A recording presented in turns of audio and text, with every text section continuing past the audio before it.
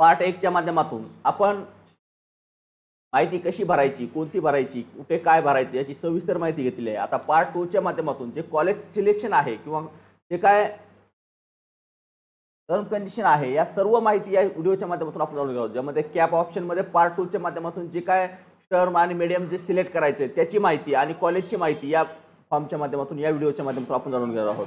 तर चला आता या ठिकाणी आपण ज्यावेळेस आपला फॉर्म लॉक केलेला असेल, लॉक प्रोफाइल केलेली असते, त्यावेळेस या ठिकाणी जर यामध्ये काही बदल करायचा असेल तुम्ही अनलॉक ॲप्लिकेशन फॉर्म या पर्यायाचा अवलंब करून यामध्ये काही बदल करायचा असेल बदल देखील करू शकता। कारण यातील जर काही माहिती भरताना चुकलीच असेल याला कदाचित तर एवढाच चान्स आहे तुम्हाला या ठिकाणी तुम्ही ते बदलू शकता। यानंतर तुम्हाला जे काय सेकंड राऊंड मध्ये घ्यायचं आहे, सेकंड मध्ये काय करायचं आपल्याला किंवा कॅप ऑप्शन सेकंड मध्ये घ्यायचं आहे। यामध्ये हे काय चूज टर्म्स अँड मीडियम या पर्यायावरती क्लिक करायचं। या पर्यायावरती क्लिक केल्यानंतर या ठिकाणी तुम्हाला टर्म सिलेक्ट करायची ज्यामध्ये आर्ट, कॉमर्स आणि सायन्स आहे। तुम्हाला ज्या ठिकाणी ॲडमिशन घ्यायचं, ज्या सेक्टरला ॲडमिशन घ्यायचं ते सेक्टर या ठिकाणी निवडणं आवश्यक आहे। ज्यामध्ये आर्ट असेल, कॉमर्स असेल किंवा सायन्स असेल कोणतंही असू ते निवडायचं। ते निवडल्यानंतर तुम्हाला या ठिकाणी मीडियम निवडावं लागतं, ज्यामध्ये गुजराती, मराठी, कन्नडा, उर्दू, इंग्लिश, हिंदी हे मीडियम आहेत। यामध्ये तुम्हाला जे मीडियम हवं आहे ते मीडियम तुम्ही निवडून घ्यायचं। या ठिकाणी जे काय मीडियम निवडतात त्यानंतर तुम्हाला चेंज करण्याचे काय पर्याय आहे ते या ठिकाणी दाखवलं जातं किंवा नंतर तुम्हाला चेंज करता येणार नाही। या ठिकाणी ओके करायचं। ओके केल्यानंतर सेव्ह अँड नेक्स्ट या पर्यायावरती क्लिक करायचं। त्यानंतर जे काय विषय आहे तो आपल्याला कॉलेज निवडायचा। आता कॉलेज निवडायचे सायन्ससाठी जे कॉलेज आहेत, आता सर्वप्रथम आधी आपण हे समजून घेऊ की कॉलेजचे जे काय कोड आहेत आणि कॉलेज जे निवडायचे आहेत ते कशा पद्धतीने निवडले जातात किंवा कशा पद्धतीने सिलेक्ट करायचे आहेत ते पाहण्याचा प्रयत्न करू। आता सर्वप्रथम आपण या वेबसाईटवर आल्यानंतर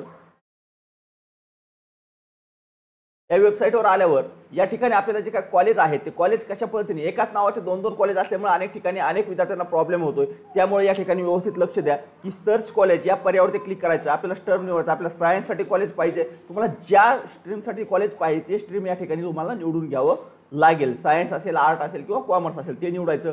ते निवडल्यानंतर तुम्हाला मीडियम निवडायचं। आता मीडियम आपण त्या ठिकाणी मराठी घेतलेलं आहे त्यामुळे या ठिकाणी देखील मराठीत निवडणं आवश्यक राहील।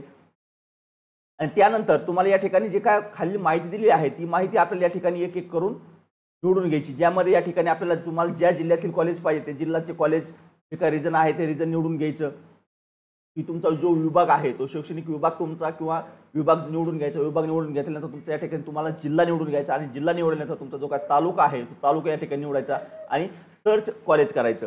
तुमच्या तालुक्यात किंवा तुम्हाला ज्या भागात ज्या कॉलेजमध्ये ॲडमिशन घ्यायचे ते त्या ठिकाणचे सर्व कॉलेज तुम्हाला या ठिकाणी दाखवले जातील। आता या ठिकाणी पाहू शकता तुम्ही किंवा बऱ्याच वेळा काय झालेलं इथे की दोन दोन कॉलेजचे नाव आलेले आहेत असे, तर त्यावेळेस तुम्हाला या ठिकाणी डिटेलवर क्लिक केल्यानंतर त्या कॉलेजचा तुम्हाला पत्ता देखील या ठिकाणी तुम्हाला पाहायला मिळेल, ज्याचा कोड क्रमांक असेल, एसएससी इंडेक्स नंबर असेल, जे काय नंबर आहे ते सर्व नंबर या ठिकाणी तुम्हाला पाहायला मिळतील, ज्याच्या माध्यमातून तुम्ही कन्फर्म करू शकता की हेच कॉलेज आपल्याला निवडायचं आहे ते तुम्ही निवडू शकता।